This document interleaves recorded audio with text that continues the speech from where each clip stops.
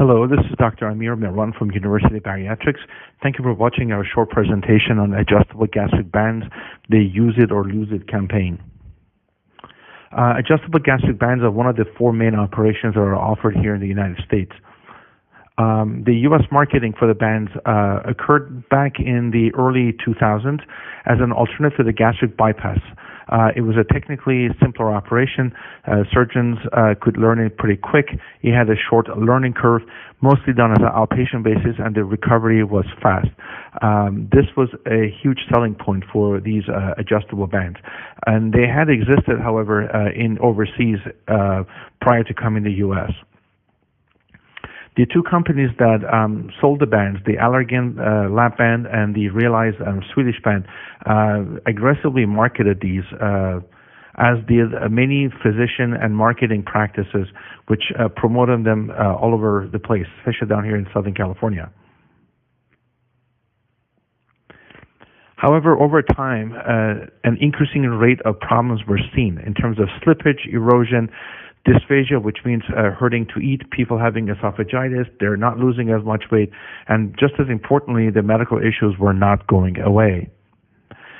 These were actually known problems going back to early and mid-2000s, just before the bands were introduced in the U.S. or just right afterwards. And this is again based on the overseas experience with these bands.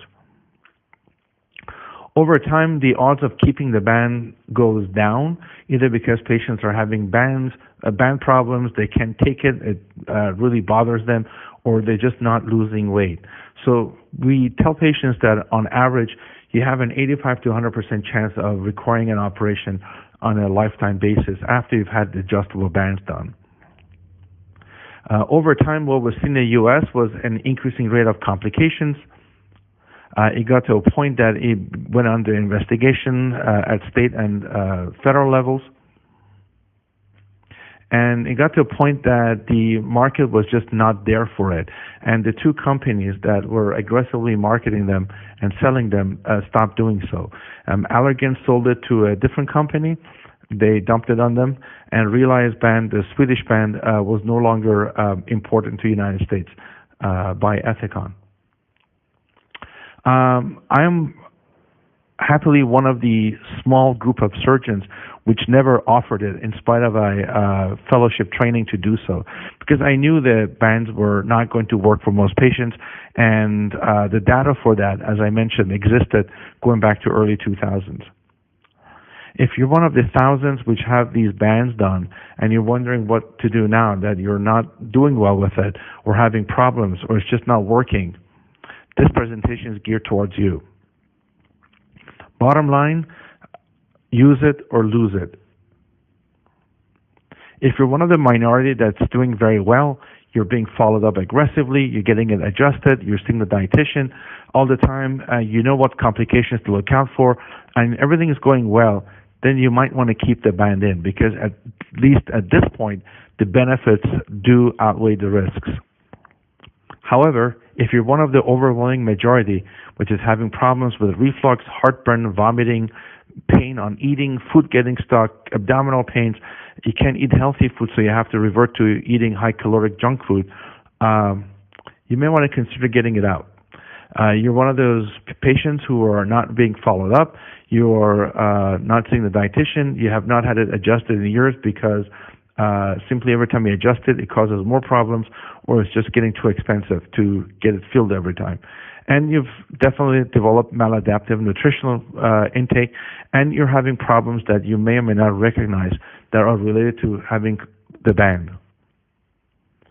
You are at continuous risk of slippage, erosion, infection, breakdown of the band, reflux esophagitis, which can lead to Barrett's esophagus, which can be pre-malignant.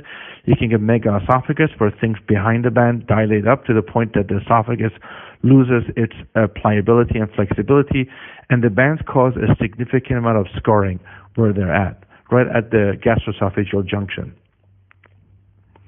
Your options on that point are to leave it as is. We don't recommend that. As I mentioned, you have a near 100% chance of requiring an operation on a lifetime basis.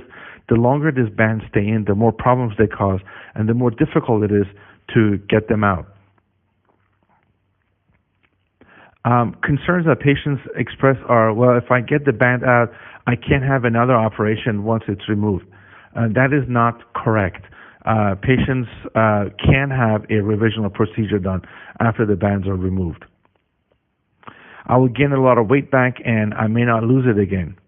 That is also not true. Overwhelming majority of patients, now that they can actually eat healthily, they start losing weight. And if they ever need to have another operation, once again, that is not contraindicated once the band is taken out.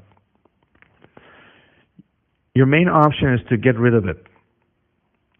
You can get rid of it and do another procedure at the same time. There are pros and cons to that.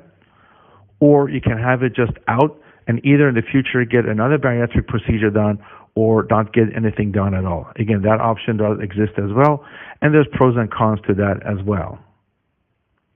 Bottom line, if it's not being used, you need to get rid of it before the problems get more and more.